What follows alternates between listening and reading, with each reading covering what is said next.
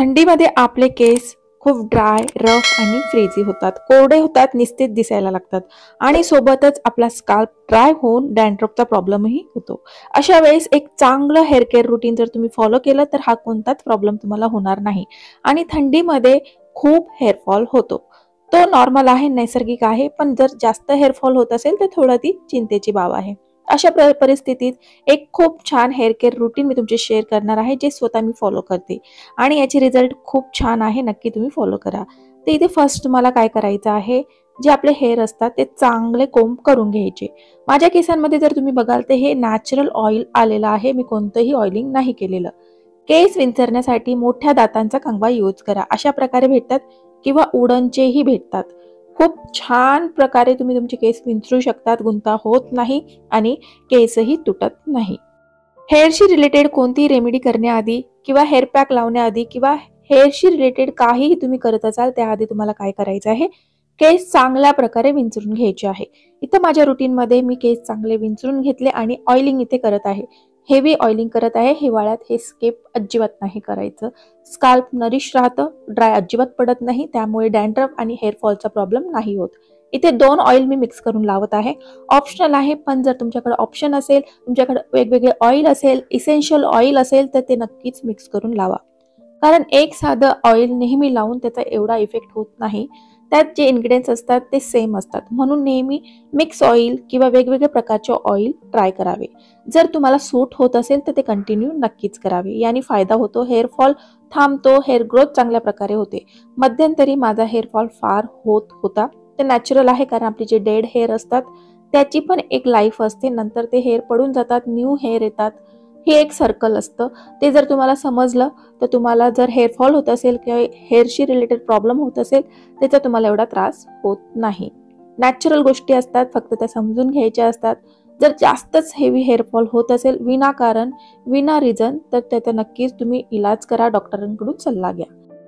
आता heavy hair oiling करताना काय करायचं आहे, जे केस आहे पूर्णपणे समोर घ्यायचे, चांगले विंचरून घ्यायचे, तिथेही चांगली मसाज करायची. कारण तुमचं जे रक्तभिसरण असतं, ब्लड सर्क्युलेशन असतं, ते चांगलं होतं आणि हेअरच्या ग्रोथसाठी ह्या सगळ्या गोष्टी खूप बेस्ट आहे. केसांच्या आपण बॉटम पासून ते रूट्स पर्यंत चांगलं ऑइलिंग करायचं आहे.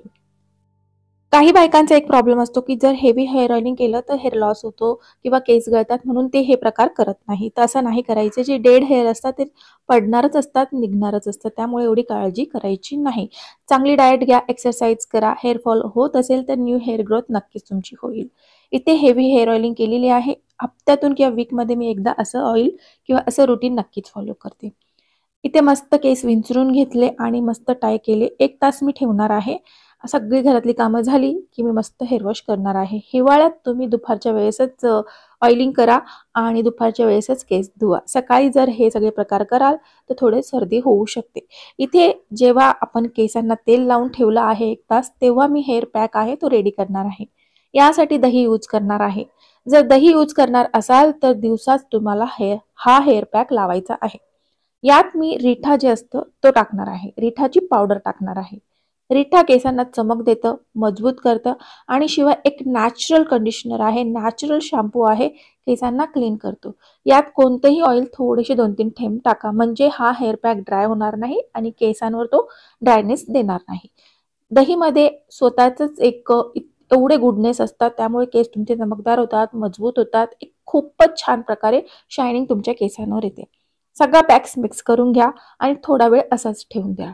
आणि नंतर तुम्हाला काय करायचं आहे, जे ऑइलिंग केलेले केस आहे ते चांगले स्वच्छ धुवून घ्यायचे विदाऊट शॅम्पू. फक्त टॅप वॉटरने ते केस धुवून घ्या, कारण ऑइलिंग केलेल्या केसांवर कोणताही हेअर पॅक इफेक्ट दाखवत नाही. म्हणजे इथे मी टॅप वॉटरने केस धुवून घेतले आहे, 1-2 वॉश केले आहे. जेवढं एक्सेस ऑइल असतं ते सगळं निघून गेलं आहे आणि आता इथे मस्त हा हेअर पॅक लावणार आहे ओल्या केसांवर. हा हेअर पॅक शक्य होईल तेवढा स्काल्पला नका लावू, नाहीतर थोडी सर्दी होऊ शकते. जर लागलाच तर काही प्रॉब्लेम नाही, पण होईल तेवढं तुम्ही तुमच्या केसांना टॉप टू बॉटम लावून घ्या.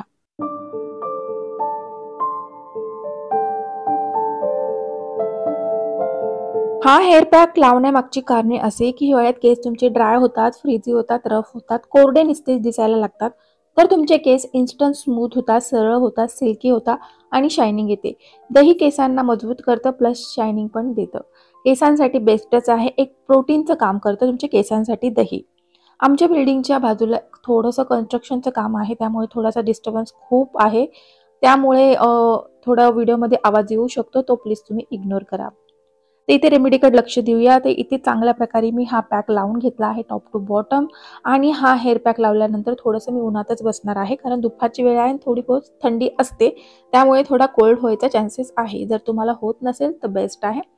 नंतर तुम्हाला काय करायचं आहे, 30 मिनिटानंतर किंवा 20 मिनिटानंतर चांगला हेअर वॉश करून घ्यायचा आहे. हे रुटीन मी प्रत्येक वीकमध्ये फॉलो करते, असं नाही की हिवाळ्यातच करते. माझे जे हेअर पॅक असतात ते वेगवेगळे असतात, डिफरंट असतात. तर हा हेअर पॅक खूप बेस्ट आहे केसांच्या स्मूथनिंगसाठी. केसांना इथे मी निशा मेहंदी लावलेली होती, म्हणून केसांना खूप छान कलर आलेला आहे आफ्टर हेअर वॉश. केस स्मूथ होतात, सिल्की होतात, शायनिंग केसांना येते आणि खूप छान प्रकारे केस नॅचरली सरळही होतात. हा व्हिडिओ, हे रुटीन कसं वाटलं नक्कीच मला कळवा. हिवाळ्यात अशा प्रकारे ऑइलिंग हेअर पॅक हे रुटीन नक्कीच फॉलो करा. केस स्मूथ होतात, स्ट्रॉंग होतात आणि छानही दिसतात. व्हिडिओ कसा वाटला प्लीज मला कमेंट बॉक्समध्ये नक्की कळवा.